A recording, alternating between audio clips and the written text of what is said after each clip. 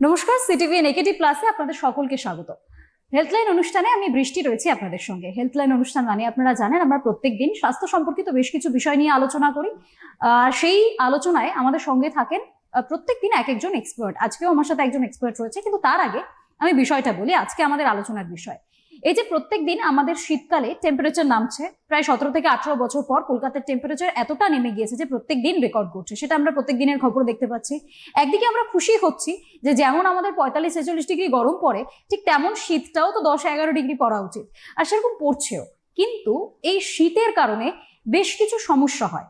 আজকে যেমন আমাদের আলোচনার বিষয় চেস্ট ইনফেকশন, কিন্তু এই শীতকালীন বুকের যেসব সমস্যাগুলো হচ্ছে সেই সমস্যাগুলোর মধ্যে কোন কোন রোগকে আমরা এই বুকের সমস্যা বা চেস্ট ইনফেকশনের মধ্যে ফেলতে পারি, সেগুলো কি, কেন হয়, এই সমস্ত বিষয়ে আমরা খুব তাড়াতাড়ি অবগত হতে পারি না। আমরা নিজেদের ক্ষেত্রে বা পরিবারের লোকেদের ক্ষেত্রে বা আশেপাশের মানুষদের ক্ষেত্রে দেখলেও বিষয়টা সম্পর্কে সম্পূর্ণরূপে অবগত হতে পারি না।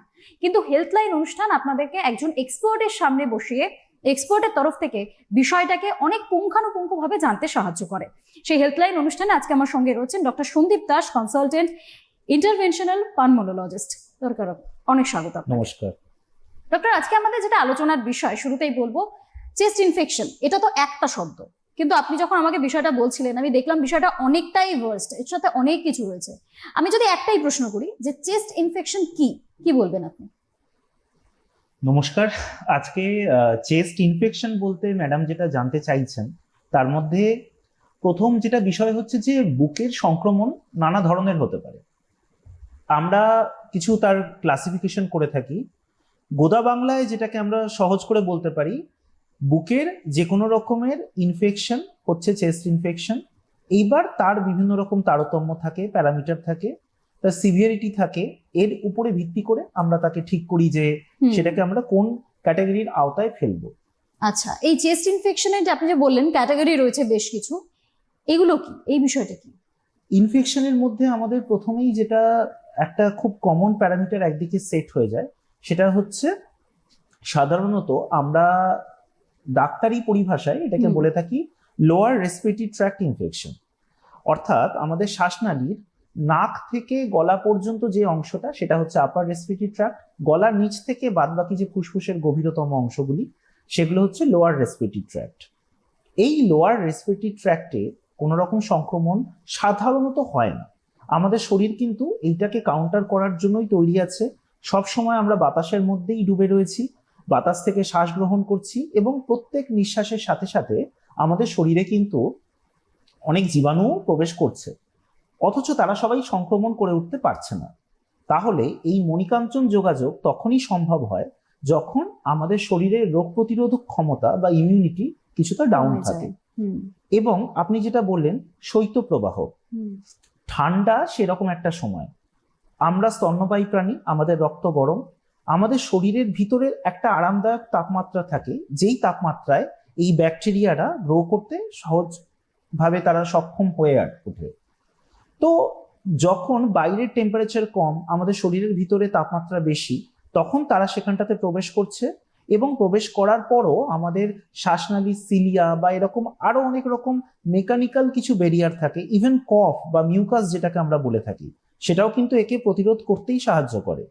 সমস্যাটা হয় যখন এরা পেরে ওঠে না, তখন জীবাণু আপার হ্যান্ড নিয়ে নেয়, আমাদের শরীরের মধ্যে সে প্রবেশ করে, এবং আস্তে আস্তে সে নিচের দিকে ঢুকতে ঢুকতে শ্বাসনালীর মধ্যে অ্যালভিওলাসে যখন পৌঁছয়, তখন সেইটাকে আমরা বলে থাকি নিউমোনিয়া। অর্থাৎ আমাদের যে ফুসফুসের ক্ষুদ্রাতি ক্ষুদ্র হাওয়া ভরা থলিগুলো অর্থাৎ অ্যালভিওলাই, তারা যখন পুঁজ বা কফ এইসবের দ্বারা পরিপূর্ণ হয়ে যায় এবং আমাদের শ্বাস গ্রহণ করতে অসুবিধা হয়, আমাদের অক্সিজেনেশনের প্রবলেম হয়, তখন সেটা নিউমোনিয়ার ক্যাটাগরিভুক্ত হয়ে যায়। এবার যেটা আপনারা ব্যাকটেরিয়াল কজ হতে পারে, ভাইরাল হতে পারে, ফাঙ্গাল হতে পারে, নির্ভর করছে কোন ধরনের সংক্রমণকারী জীবাণুটি কি, তার উপর নির্ভর করে আমরা এর ক্যাটাগরিতে বিভিন্ন রকম ভাগ করে থাকি। আচ্ছা, এই যে ক্যাটাগরি আপনারা ভাগ করে থাকেন, সেটা কি কোনো টেস্টের মাধ্যমে হয় যে জীবাণুটা কি সেটা জানার জন্য? খুব ভালো প্রশ্ন। নিউমোনিয়া আজকাল সবার কাছে একটা খুব পরিচিত শব্দ, কিন্তু বিষয়টা হচ্ছে এর তাৎপর্য কিন্তু অনেক গভীর। আমরা কিছু ক্যাটাগরি পেশেন্ট যখন আসেন আমাদের কাছে প্রেজেন্ট করেন, তার আমরা কিছু লক্ষণ জিজ্ঞাসা করি। যেটাকে আমরা বলে থাকি সিমটম। আর কিছু কিছু জিনিস আমরা ক্লিনিক্যালি তাকে এক্সামিন করে দেখি, স্টেথোস্কোপের মাধ্যমে হোক বা আমাদের চোখ দিয়েই হোক না কেন, সেগুলোকে আমরা বলি সাইন। এই সিমটমস এর মধ্যে প্রথমেই পড়ে হচ্ছে কাশি। একটা বহিরাগত কিছু আমার শরীরে এসছে, শরীরের প্রথম প্রতিক্রিয়া কি? তাকে বের করে দেবো। বের করার জন্য শরীর তখন কাশতে আরম্ভ করে। এবার সেটা যে সবসময় সফল হয় তা নয়, জীবাণু হয়তো এদিকে গোকুলে বৃদ্ধি পাচ্ছে, তখন কি হচ্ছে, আসে পরবর্তী লক্ষণগুলো। আসে আমার কফ বেরোনো বা মিউকাস প্রোডাকশন, বেশি বেশি করে মিউকাস তৈরি হচ্ছে যাতে জীবাণুটাকে তার মধ্যে ট্র্যাপ করে ফেলা যায়, যেন সে ওই অ্যালভিওলাসের স্তর ভেদ করে আমার রক্তস্রোতে না মেশে। সেখানেও সে হয়তো ব্যর্থ হলো শরীর। তখন আসছে তার পরবর্তীকালে, সেই সময় গিয়ে কি হচ্ছে না, আমার শরীরে যে অক্সিজেন এবং কার্বন ডাই অক্সাইড আদান প্রদান বা গ্যাসিয়াস এক্সচেঞ্জ, এই জিনিসটা তখন বাধাপ্রাপ্ত হচ্ছে। তখন গিয়ে পেশেন্টের শ্বাসকষ্ট অনুভব করছেন এবং তারপরে তার তীব্রতা অনুযায়ী আমরা ক্লিনিক্যালি যখন তাকে চোখে দেখছি, জিজ্ঞাসা করি জ্বর আসছে কিনা। যে কোনো রকম ইনফেকশনের প্রথম প্রতিক্রিয়াই হচ্ছে জ্বর। জ্বরকে আমরা খুব খারাপ ভাবি, কিন্তু জ্বর কিন্তু আমাদের শরীরকে লাভ দেওয়ার জন্যই রয়েছে। তাপমাত্রা এতটা বাড়িয়ে নাও যে জীবাণু মরে যায়। কিন্তু সেইটাও যখন হচ্ছে না, তখন আস্তে আস্তে আমরা তাকে প্রশ্ন করে তাকে দেখি যে তার শ্বাস নিতে কতটা কষ্ট হচ্ছে, তার রেসপিরেটরি রেট কিরকম, তার অক্সিজেন স্যাচুরেশন কিরকম, তার চেস্ট ফাইন্ডিংস কি, স্টেথো মাধ্যমে পরীক্ষা করে দেখা হয় যে বুকের মধ্যে কি কি লক্ষণ থাকছে না থাকছে, এবং এর উপরে ভিত্তি করে তখন আমরা যে টেস্টের কথাটা আসছে এরপর, প্রথমত আমরা যেটা করে থাকি একটা চেস্ট এক্সরে। আমরা একটা এক্সরে করে আগে দেখবো যে বুকের মধ্যে সেই রকম কনসলিডেশন বলা হয় রেডিওলজিক্যালি, সেরকম কিছু আছে কিনা। ধরা যাক খুব প্রাথমিক স্টেজ, কনসলিডেশন দেখা যাচ্ছে না, অথচ আমার ক্লিনিক্যালি লক্ষণ প্রমাণিত। তখন আমি কি করব, তার আরেকটু অ্যাডভান্স রেডিওলজি, সিটি স্ক্যান করাতে পারি।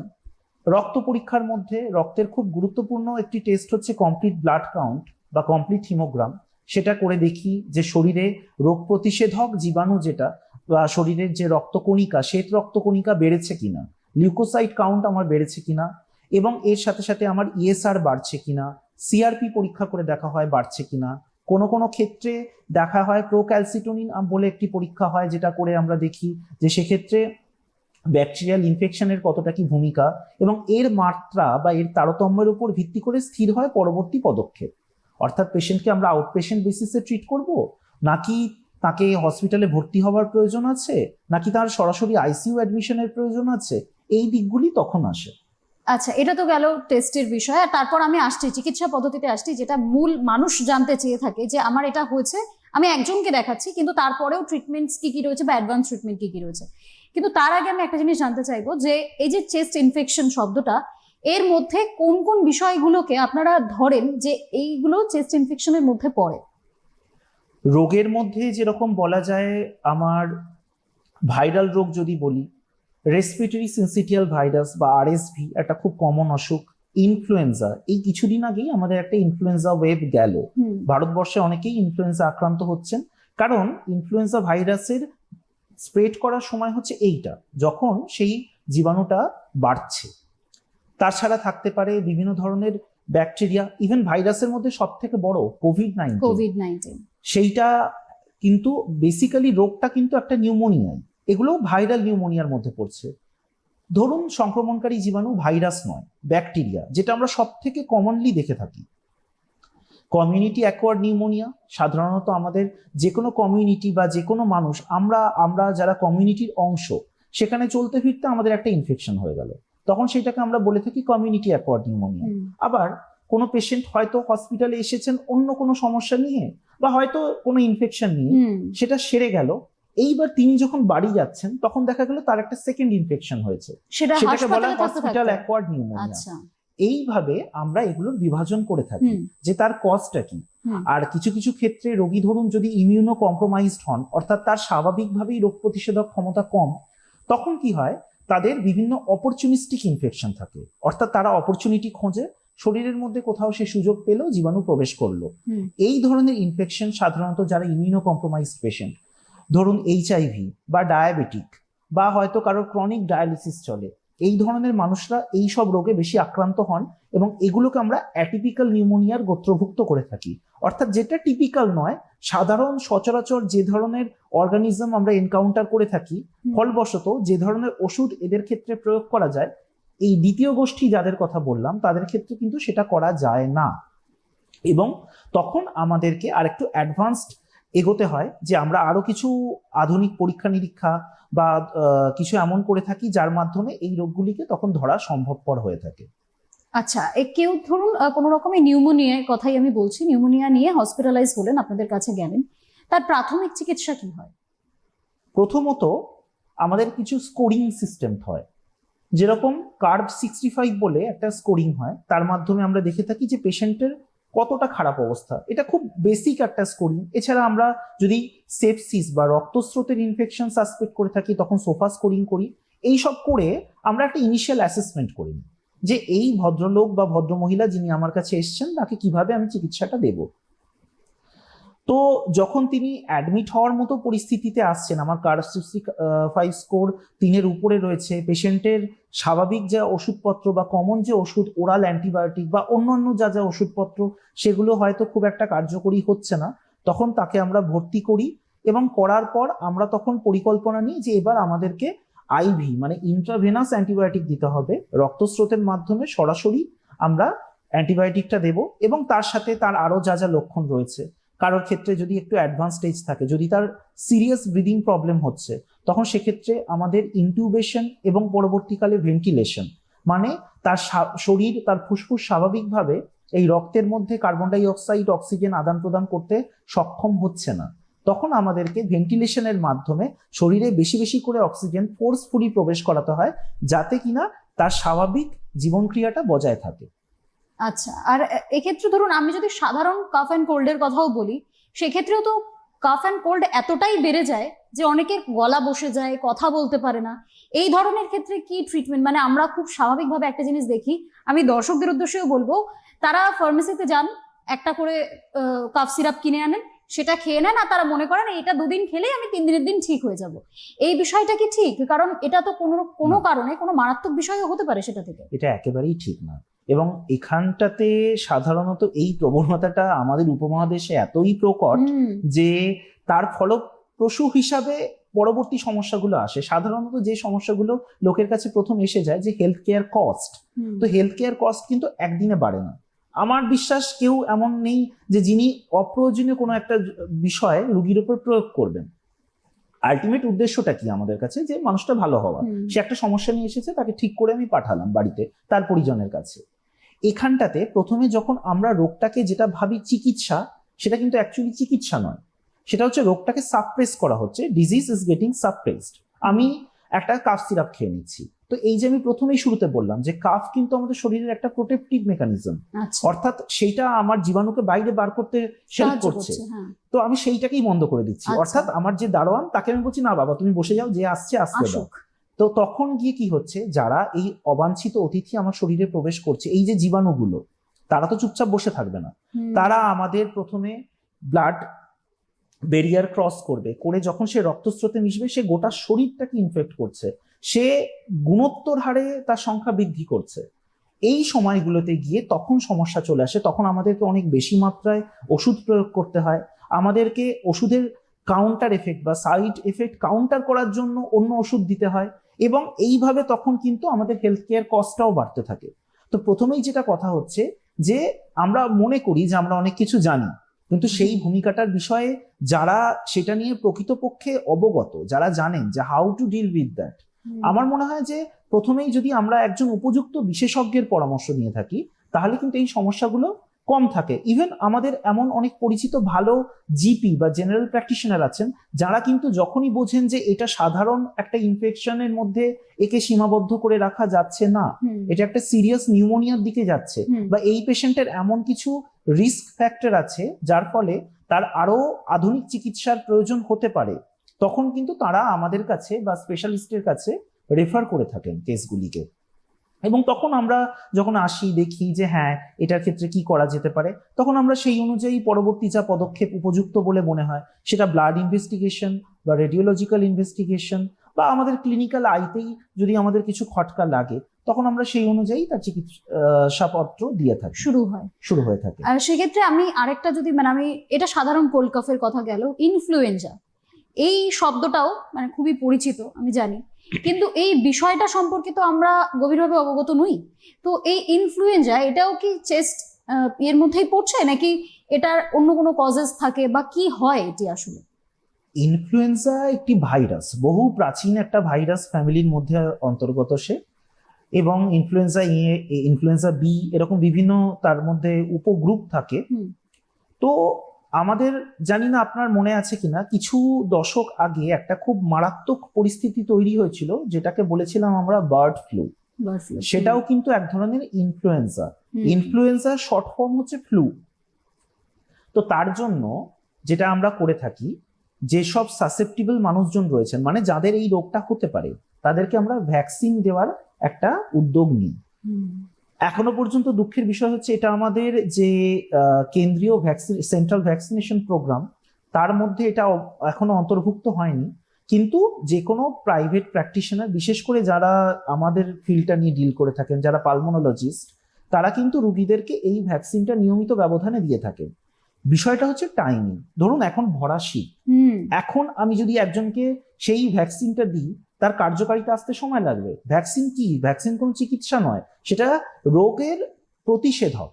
অর্থাৎ আমি একটা ইনঅ্যাক্টিভেটেড কিছু ডিএনএ একটা পেশেন্টের শরীরে প্রবেশ করাচ্ছি, যাতে কিনা ভবিষ্যতে যখন ওই জীবাণু আবার তার শরীরে প্রবেশ করে, তখন তার শরীরের ইমিউন সিস্টেম কিন্তু এখন প্রস্তুত, বাধা দিতে পারে, তখন সে বাধা দেবে, এবং ফলবশত আমাদের সেক্ষেত্রে কমপ্লিকেশন অনেক কম হয়ে যাবে। এবং ইনফ্লুয়েঞ্জার এত যে প্রসার এখন, তার একটা প্রধান কারণ হচ্ছে পলিউশন। এইটা আমাদেরকে পরিবেশ দূষণের সাথে অবগত হতে হতে আমাদেরকে এটা বুঝতে হবে যে আমরা যত মাস্ক ব্যবহার করবো, একটা সামান্য 5-10 টাকার মাস্ক যে প্রোটেকশন দিতে পারে, সেটা কিন্তু কোনো রকম কাফ সিরাপ বা অন্যান্য আধুনিক ওষুধ দিতে পারে না। এবং সেটার ক্ষেত্রে আমাদের বেসিক হাইজিন, যেগুলো আমাদের হ্যান্ড স্যানিটাইজেশন, আমাদের ওরাল স্যানিটাইজেশন, মুখ ধোয়া, দাঁত মাজা, রেগুলার ভিত্তিতে স্টিম নেওয়া, মুখে মাস্ক পরা, বাইরে কোথাও কিছু নোংরা জীবাণু, বা ইভেন বাসের হ্যান্ডেলটাও যদি ধরি, একটু পরে হাত স্যানিটাইজ করে নেওয়া, এগুলো খুব ছোট ছোট জিনিস, যেগুলো কিন্তু লং টার্মে আমাদের হেলথকে একটা খুব বড় সুবিধা দিয়ে থাকে। তো আমরা কি করি, আমরা এই ছোট জিনিসগুলোকে নেগলেক্ট করে যাই। ও দরকার নেই, এটা প্রয়োজন নেই, এটা কে করবে, এত খাটনিটা কিন্তু তখন হয় যখন একজন আপনার পরিচিত বা আপনার ঘনিষ্ঠ কেউ, তিনি হয়তো আইসিইউ এর মধ্যে ওই চতুর্দিকে মনিটর লাগিয়ে বসে আছেন, এবং আপনাকে তখন আপনার কাজকর্ম ফেলে, আপনার মানসিক শান্তি ফেলে সেখানে বসে বসে চিন্তা করতেছে এর পরবর্তী কি হবে। তো এই রকম জায়গায় যাওয়ার থেকে বেশ কিছু রোগ আছে যা দুরারোগ্য, সেগুলোর কোনো সেই অর্থে চিকিৎসা নেই। এই ইনফ্লুয়েঞ্জাই যদি মারাত্মক আকার ধারণ করে, তাহলে অ্যান্টিভাইরাল কিন্তু সেই অর্থে আমাদের হাতে কিছু নেই। তো তার থেকে ভালো তো এটাই যে আমরা রোগটাকে প্রভেদ করতে পারি, এবং prevention is always better than cure. একদমই তাই। আর এর পাশাপাশি আমি এবার একটু ভার্স্ট ট্রিটমেন্টের দিকে যাই। এই চেস্ট ইনফেকশনের মধ্যে যা যা পড়ছে, সেক্ষেত্রে আপনারা কি কি ধরনের অ্যাডভান্স ট্রিটমেন্ট করে থাকেন? প্রথমত হচ্ছে যে, যদি কারোর ইনফেকশন অনেক বেশি মাত্রায় স্প্রেড করে আছে, যেখানটাতে দেখা যাচ্ছে যে তার রক্তের লেভেল খুব খারাপ, আমি উদাহরণ কেস স্টাডি হিসেবে দিতে পারি। আমার একজন পেশেন্ট রিসেন্টলি, তার রিপোর্ট দেখলাম, আমি কিছু ব্লাড টেস্ট তাকে করতে দিয়েছিলাম, ক্লিনিক্যালি পেশেন্ট খারাপ ছিলেন, দেখলাম যে তার সিআরপি লেভেল চলে গেছে প্রায় 250-এর কাছাকাছি, যেটা নর্মালি থাকা উচিত 6-এর নিচে। তো সুতরাং এটা একটা সিভিয়ার ইনফেকশন, আমাকে প্রম্পট ইন্টারভেন করতে হবে। পেশেন্ট হাসপাতালে ভর্তি হলেন। ভর্তি হওয়ার পর তার দেখা গেল যে অক্সিজেন স্যাচুরেশন লেভেলটাও অনেক কম, প্রায় 80%-এর কাছাকাছি। বুকের মধ্যে যদি কফ দিয়ে ভরা থাকে, তাহলে সেখান থেকে অক্সিজেন আদান প্রদানটা হবে কিভাবে? পরবর্তী পদক্ষেপ, আমাদেরকে তার এবিজি করলাম, করে দেখা গেল যে সেখান থেকে তার অক্সিজেন ডিমান্ড বেশ রয়েছে শরীরে। তখন তাকে আমরা বাইপ্যাপ দিলাম, এটা একটা পোর্টেবল ভেন্টিলেটর। এইভাবে বাইপ্যাপের পরে আমাদের এখানটাতে পেশেন্টের কপাল ভালো ছিল যে তার থেকে বেশি কিছু প্রয়োজন হয়নি, তিনি বাইপ্যাপে রেসপন্ড করলেন, আইভি অ্যান্টিবায়োটিকে রেসপন্ড করলেন, স্টেরয়েড দেওয়া হয়েছিল, সেগুলো তার ক্ষেত্রে কাজে লাগলো। ফলবশত তাকে আমার বাইপ্যাপ উইথড্র করতে পারলাম। কিন্তু এমনও কিছু কেস হয় যেখানটাতে কিন্তু আমাদের বাইপ্যাপেও দেখা যাচ্ছে কাজ হচ্ছে না, তখন আমাদের রাস্তা থাকে ইনটিউবেশন। ইনকিউবেশন করে দেখা গেল যে বুকের মধ্যে কফে ভর্তি, তখন সেই কফটা বার করার প্রয়োজন হয়। কফের পরীক্ষা করে দেখার প্রয়োজন হয় যে কি ধরনের জীবাণু সেখানে রয়েছে, অথচ রুগীকে এসে কফ তুলতে পারছেন না। তখন আমাদেরকে করতে হয় ব্রঙ্কোস্কোপি। শ্বাসনালীর মধ্যে ক্যামেরা ঢুকিয়ে আমরা ভিতরে শ্বাসনালীটা দেখি। অলমোস্ট আমরা এটার ক্ষেত্রে সেকেন্ডারি ব্রঙ্কাস পর্যন্ত ভিতরে প্রবেশ করতে পারি, ঢুকে দেখি যে সেখানটাতে কি পরিমাণ কফ রয়েছে। কফটাকে তখন বার করে আনা হয়। তারপরে সেই কফের পরীক্ষা করে দেখি আমরা, বায়োফায়ার করে দেখি যে কি ধরনের জীবাণু তার মধ্যে রয়েছে, এক ধরনের ইনফেকশন নাকি অনেক ধরনের জীবাণুর মিশ্র ইনফেকশন। এবং সেখানটাতে তার উপরে ভিত্তি করে যে ধরনের জীবাণু, যে ধরনের তার সাসেপ্টিবিলিটি থাকে, তখন আমরা সেই ধরনের অ্যান্টিবায়োটিক বা ওষুধপত্র তাকে দিয়ে থাকি। এবং তারপরে তার রোগী সেই অনুযায়ী তার শরীরের কিরকম এখনো পর্যন্ত ইমিউনিটি অবশিষ্ট আছে তার উপর ভিত্তি করে তিনি তখন রেসপন্ড করেন সেই চিকিৎসা পদ্ধতিতে। আচ্ছা, এই যে আপনি একটা কথা উল্লেখ করলেন, স্টেরয়েড দেওয়া হয়। স্টেরয়েডের ক্ষেত্রে তো অনেকে আমি জানি ভয় পান, যে স্টেরয়েড কি পার্শ্ব প্রতিক্রিয়া কি হবে? যে কোনো ওষুধেরই পার্শ্ব প্রতিক্রিয়া থাকে, সাইড এফেক্ট আমার ওষুধের ক্ষেত্রে থাকবে। আমাকে অ্যাসেস করতে হবে যে রিস্ক বেনিফিট রেশিও কতটা। হ্যাঁ, আমার যখন পেশেন্টের, এটাকে দেখুন একটা সংক্ষিপ্ত আলোচনা আধ ঘন্টার গতির মধ্যে আমি জানি না এটা কতটা জাস্টিফাই করতে পারবো, কিন্তু এটুকু বলতে পারি যারা জানেন যে ইউজ কি করে করতে হয়। একজন মানে যিনি আর কি সৈনিক, তিনি তো জানেন কি করে তলোয়ার চালাতে হয়। তলোয়ারটা তো কুটনো কাটার জন্য নয়, তখন সাইড এফেক্টের প্রশ্নটা আসছে। তাহলে আমাকে যিনি স্পেশালিস্ট ডক্টর, তিনি জানেন যে এক্ষেত্রে এই পরিস্থিতিতে আমি যদি এটা অ্যাপ্লাই করে থাকি তাহলে সেক্ষেত্রে আমার রিস্ক বেনিফিট রেশিওটা অনেক কম, আমার বেনিফিট অনেক হাই। আমাকে রুগীকে এটা দিলে তার অবশ্যই উপকার হবে। এবং হ্যাঁ, সেগুলো আমরা শর্ট কোর্স দিয়ে থাকি। লং কোর্স স্টেরয়েড আমাদের কিছু কিছু ক্ষেত্র ছাড়া খুব একটা দেওয়া হয়ে থাকে না। অন্তত ব্যক্তিগতভাবে আমি স্টেরয়েড জিনিসটাকে খুব ভেবেচিন্তেই ব্যবহার করি, কিন্তু যার ক্ষেত্রে প্রয়োজন তাকে তো দিতেই হবে। একজন মানুষকে আপনি যদি তাকে অপশন দেন, তিনি কি কখনো তার শিরার মধ্যে একটা সুচ ভরতে চাইবেন না। কিন্তু যার প্রয়োজন আছে তখন তো সেটা আমার উপর দায়িত্বটা এসে যায় যে তাকে আমি কিভাবে সেটা সুস্থ করতে চাইছি এবং তার অবস্থা বুঝে ব্যবস্থা। যদি প্রয়োজন থাকে তখন আমরা সেক্ষেত্রে আমার একটা কনসিডারেশন নেব, আমরা চিন্তা করব যে হ্যাঁ এটা আমরা দিতে পারি। যদি মনে হয় যে না এটা না দিলেও চলবে, তখন আমরা অযথা সেক্ষেত্রে ড্রাগ বার্ডেন ভারী করি না। যেরকম ওপিডি বেসিসে আমার কাছে কেউ যদি সাধারণ জ্বর সর্দি মানে কমন কোল্ড যেটাকে আমরা বলে থাকি সেইটা নিয়ে যদি আমার কাছে কেউ প্রেজেন্ট করেন, তাকে তো আমি স্টেরয়েড দেবো না। আচ্ছা, কিন্তু যার ক্ষেত্রে প্রয়োজন আছে, যাকে সিস্টেমিক স্টেরয়েড আমাকে দিতে হবে, এই যে ভদ্রলোকের কথা বললাম, তার সিআরপি লেভেল হসপিটালে থাকাকালীন কমতে কমতে কমতে আস্তে আস্তে এসে দাঁড়ালো 60-এ।